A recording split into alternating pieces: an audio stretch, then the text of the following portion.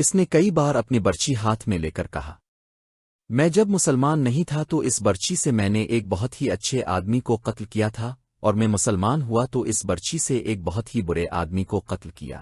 قربان جائیے اللہ کی حکمت پہ، رسول اللہ کی رحمت پہ، اور وحشی کے عشق و ایمان کی عظمت پہ۔ امارہ ایک عظیم خاتون تھیں۔ جنگ عہد میں ان مسلمان عورتوں کے ساتھ تھیں جو زخمیوں کی مرہم پٹی اور دیکھ بھال لشکر کے ساتھ گئی تھیں۔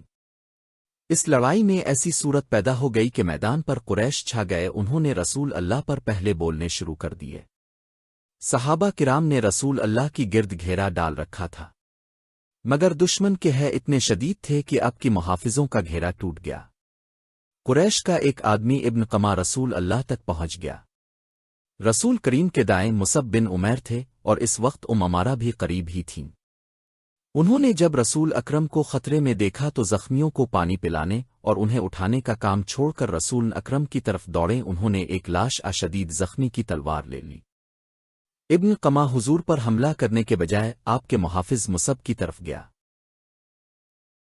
مصعب نے اس کے ساتھ مقابلہ کیا۔ امارہ نے ابن قما پر تلوار کا وار کیا جو اس کے کندھے پر پڑا، مگر ابن قما نے زرہ بختر پہن رکھی تھی، اس لیے تلوار اس کا کچھ نہ بگاڑ سکی۔ ابن قما نے گھوم امارہ پر جوابی وار کیا جو اس خاتون کے کندھے پر پڑا اور اتنا گہرا زخم آیا کہ وہ گر پڑیں۔ ابن قما نے دوسرا وار نہ کیا کیونکہ وہ رسول اکرم پر حملہ کرنا چاہتا تھا۔ اب جنگ یمامہ میں امارہ اپنے بیٹے کے ساتھ آئی تھیں۔ یہاں ان کی دلیری کا یہ عالم کہ مسلمہ کو قتل کرنے کا خطرہ مول لے لیا، مگر ان کا ایک ہاتھ کٹ گیا۔ وہ دسمبر 632 کے آخری دنوں میں سے ایک دن تھا۔ حدیقہ الرحمان سرسبز اور ہرا بھرا باغ ہوا کرتا تھا جو لوگوں کو پھل دیا کرتا تھا۔ وہاں تھکے ماندے آئے تھے، ان پر مسافر آ کر ستایا کرتے تھے۔ وہاں پھولوں کی مہک تھی، مگر اب وہ حد الموت بن چکا تھا۔ اس کا حسن خون میں ڈوب گیا تھا، اس کی رنائیاں لاشوں تلے دب گئی تھیں۔ جہاں پرندے چہچہاتے تھے وہاں زخمیوں کی چیخ و پکار تھی۔ زخمی گھوڑے بے لگام بھاگ دوڑ رہے تھے، ان کے ٹاپ یوں سنائی دے رہے تھے جیسے موت بے ہنگم کہہ لگا رہی ہو۔ جب شور اٹھا کہ مسلمہ مارا گیا ہے تو مرتدین نکل بھاگنے کا راستہ دیکھنے لگے۔ وہ تو پہلے ہی بھاگے ہوئے اس باغ میں ہی مسلمان دہشت بن کر طاری ہو چکے تھے۔ باغ میں وہ ہزاروں کی تعداد میں مارے گئے تھے۔ وہ ایسی جنگ لڑ رہے تھے جو وہ پہلے ہی ہار چکے تھے۔ اب ان کے کانوں میں یہ صدائیں پڑیں کہ ان کا نبی مارا گیا ہے تو ان کی رہی سہی سکت بھی ختم ہو گئی۔ ان میں جو ابھی تک لڑ رہے تھے وہ باغ سے نکل بھاگنے کی کوشش تھی۔ شکست ان کے ذہنوں پر مسلط ہو چکی تھی۔ وہاں سے کچھ دور مسلمانوں کی لٹی ہوئی تباہال خیمہ گاہ میں صرف ایک خیمہ سے ہی سلامت کھڑا تھا، یہ خالد کا خیمہ تھا۔ بنو حنیفہ باقی تمام خیمے پھاڑ کر پرزے کر گئے تھے۔ وہ خالد کے خیمے میں بھی گئے تھے، لیکن وہاں ان کا اپنا سردار مجایہ بن مرارہ زنجیروں میں جکڑا بیٹھا تھا۔ وہ لیلا کو قتل کرنا آپ نے ساتھ لے جانا چاہتے تھے، لیکن مجایہ نے انہیں یہ کہہ کر روک دیا تھا کہ پہلے مردوں کی طرف جاؤ، ابھی عورتوں کو پکڑنے کا وقت نہیں۔ وہ سب اپنے سردار کے حکم سے چلے گئے تھے۔ اس طرح خالد کا خیمہ محفوظ رہا تھا۔ خالد کی بیوی لیلا خیمے کے باہر ایک اونٹ پر بیٹھی تھی، اسے کہیں جانا نہیں تھا۔ وہ اونچی ہو کر میدان جنگ کو دیکھ رہی تھی۔ میدان خالی ہو چکا تھا، اسے باغ کی دیوار اور درختوں کے بالائی حصے نظر آ رہے تھے، لیکن یہ نظر نہیں آ رہا تھا کہ اندر کیا ہو رہا ہے۔ وہ اونٹ سے کود آئی اور خیمہ میں چلی گئی۔ بن مرارہ، لیلا نے مجایہ سے کہا، تمہارا نبی میدان خالی کر گیا ہے۔ خدا کی قسم، بنو حنیفہ بھاگ گئے ہیں۔ میں نے کبھی نہیں سنا کہ 13,000 نے 40,000 کو شکست دی ہے۔ مجا علیہ السلام نے کہا، میدان چھوڑ جانا مسلمہ کی چال ہو سکتی ہے، پسپائی نہیں۔ سب باغ کے اندر ہیں، لیلا نے کہا۔ اگر سب باغ میں ہیں تو وہاں سے زندہ صرف بنو حنیفہ نکلیں گے۔ مجا علیہ السلام بن مرارہ نے کہا، اگر مسلمان باغ میں میرے قبیلے کے پیچھے چلے گئے ہیں تو سمجھ لو کہ انہیں موت باغ میں لے گئی ہے۔ بنو حنیفہ ناقابل تسخیر ہیں، آج فیصلہ ہو جائے گا۔ لیلا نے کہا، ٹھہر او مجھے گھوڑے کے ٹاپ سنائی دے رہے ہیں، میرے خاوند کا قاصد ہوگا۔ وہ خیمے سے نکل کے کھڑی ہو گئی اور بولی، وہ فتح کی خبر لایا ہوگا، وہ آ رہا ہے۔ گھوڑا جو سر پہ دوڑا آ رہا تھا لیلا کے قریب آرکا اور سوار گھوڑے سے کود آیا۔ وہ خالد تھے۔ لیلا انہیں اکیلا دیکھ کر گھبرائی۔ سالار کے اکیلے آنے کا مطلب یہی ہو سکتا تھا کہ اس کی سپاہ تتر بتر ہو گئی ہے۔ دان جنگ کی کیا خبر ہے؟ لیلا نے پوچھا۔ آپ اکیلے کیوں آئے ہیں؟ خدا کی قسم، میں نے بنو حنیفہ کو کاٹ دیا ہے، خالد نے جوشیلی آواز میں کہا۔ مسیلمہ کذاب مارا گیا ہے، اور وہ قیدی کہاں ہے؟ لیلا نے دونوں ہاتھ اٹھا کر آسمان کی طرف دیکھا اور سکون کی آہ بھر کر بولی، مجا یہ کہتا ہے کہ بنو حنیفہ ناقابل تسخیر ہے، میں پوچھتا ہوں وہ کہاں ہے؟ خالد نے ہامپتی ہوئی آواز میں پوچھا، کیا وہ اسے چھڑا کر لے گئے ہیں؟ میں یہی ہوں ولید کے بیٹے۔ خیمے کے اندر سے مجایح کی آواز آئی، میں تیری اس بات کو سچ نہیں مانوں گا کہ مسیلمہ مارا گیا ہے، میرے ساتھ چل مجایح۔ خالد نے خیمے کے اندر جا کر کہا، ہو سکتا ہے تیری بات سچ ہو، میں مسیلمہ کو نہیں پہچانتا۔ تیرا قبیلہ یہ شور مچاتا بھاگ گیا ہے کہ مسیلمہ مارا گیا ہے، میرے ساتھ ہا اور لاشوں میں اس کی لاش دیکھ کر بتا کہ یہ ہے اس کی لاش۔ پھر کیا ہوگا؟ مجامیہ نے پوچھا۔ مجھے آزاد کر دو گے؟ خدا کی قسم، خالد نے کہا، میں اس قبیلے کے ایک سردار کو آزاد نہیں کروں گا جو میرے دین کا دشمن ہے۔ رسالت میں شرکت کا دعویٰ کرنے والے اور اس دعویٰ کو ماننے والوں کو میں کیسے بخش دوں؟ اللہ کے سوا تجھے کوئی نہیں بخش سکتا، او ولید کے بیٹے۔ مجامیہ بن مرارہ نے کہا، میں نے اسے کب نبی مانا تھا؟ وہ چرب زبانی اور شعبدہ بازیوں سے نبی بن گیا تھا، اور تو نے دیکھ لیا ہے کہ کتنا بڑا لشکر اس کا مرید ہو گیا تھا۔ اگر میں اسے نبی نہ مانتا تو وہ میرے سارے خاندان کو زندہ جلا دیتا، اور یہ وجہ بھی تھی کہ میں اپنے قبیلے اپنے آپ کو کاٹ نہیں سکتا تھا۔ اگر تو میرے قتل کا حکم دے گا تو یہ ایک بے گناہ کا قتل ہوگا۔ اس نے مجھے اپنے ان لوگوں سے بچایا ہے جو ہماری خیمہ گاہ کو لوٹنے اور تباہ برباد کرنے آئے تھے۔ لیلا نے خالد سے کہا، اس نے انہیں کہا تھا کہ عورتوں کے پیچھے مت پڑو، پہلے آدمیوں کے پیچھے جاؤ۔ وہ چلے گئے۔ اس نے انہیں یہ بھی نہ کہا کہ وہ اس کی بیڑیاں کھول دیں۔ تو نے اس عورت پر رحم کیوں کیا ہے مجائے؟ خالد نے پوچھا۔ رحم کیونکہ اس نے مجھے قید میں بھی وہی عزت دی ہے جو مجھے اپنے قبیلے میں ملا کرتی ہے۔ مجامیہ نے کہا، میں نے اسے اس سلوک کا صلہ دیا ہے جو اس نے میرے ساتھ کیا۔ کیا میں ایسا نہیں کر سکتا تھا کہ اپنے آدمیوں سے کہتا کہ میری بیٹیاں کاٹ دیں، پھر میں تیری اتنی حسین بیوی کو اپنی لونڈی بنا لیتا؟ بے شک تو عزت کے لائق ہے مجائے۔ خالد نے کہا، میں تیری بیڑیاں اپنے ہاتھوں سے کاٹتا ہوں، پھر میرے ساتھ چلنا اور بتانا کہ مسیلمہ کی لاش کون سی ہے۔ مجامیہ بن مرارہ خالد کے ساتھ خیمہ سے نکلا تو اس کے پاؤں میں بیڑیاں نہیں تھیں۔ باہر خالد کے 2 محافظ کھڑے تھے۔ خالد اکیلے ادھر آئے تھے۔ ان کے محافظ دستے کو پتہ چلا کہ سپہ سالار کسی اور طرف نکل گئے ہیں، تو 2 محافظ ان کی تلاش میں ادھر ادھر گھوم پھر کر ان کی خیمہ تک جا پہنچے۔ وہ انہیں تنہا نہیں چھوڑ سکتے تھے۔ مجامیہ نے اپنی آنکھوں سے میدان جنگ کی حالت دیکھی۔ اسے اپنے قبیلے کی لاشوں کی سوا کچھ نظر نہیں آتا تھا۔ مجھے یقین نہیں آ رہا، مجامیہ نے سکتے کہا، دیکھ کر بھی یقین نہیں آ رہا۔ کیا اتنے تھوڑے مسلمان اتنے بڑے لشکر کو شکست دے سکتے ہیں؟ یہ فتح انسانوں نے نہیں پائی۔ خالد نے کہا، یہ سچے عقیدے اور اللہ کے سچے رسول کی فتح ہے۔ بنو حنیفہ باطل عقیدے کے لیے میدان میں اترے تھے، ہماری تلواروں نے اس عقیدے کو کاٹ دیا ہے، اور اتنا بڑا لشکر میدان چھوڑ کر بھاگ گیا ہے۔ وہ لاشوں اور تڑپتے زخمیوں میں سے گزرتے باغ تک چلے گئے۔ اندر گئے تو وہاں لاشوں پر لاشیں پڑی تھیں۔ مسلمان لاشوں کے ہتھیار اکٹھے کر رہے تھے۔ بنو حنیفہ میں سے جو زندہ تھے وہ ادھر ادھر بھاگ گئے تھے۔ خالد نے وحشی بن حرب کو بلایا اور اس سے پوچھا کہ اس شخص کی لاش کہاں ہے جسے اس نے مسیلمہ سمجھ کر ہلاک کیا ہے؟ وحشی خالد کو وہاں لے گیا جہاں مسیلمہ کی لاش پڑی تھی۔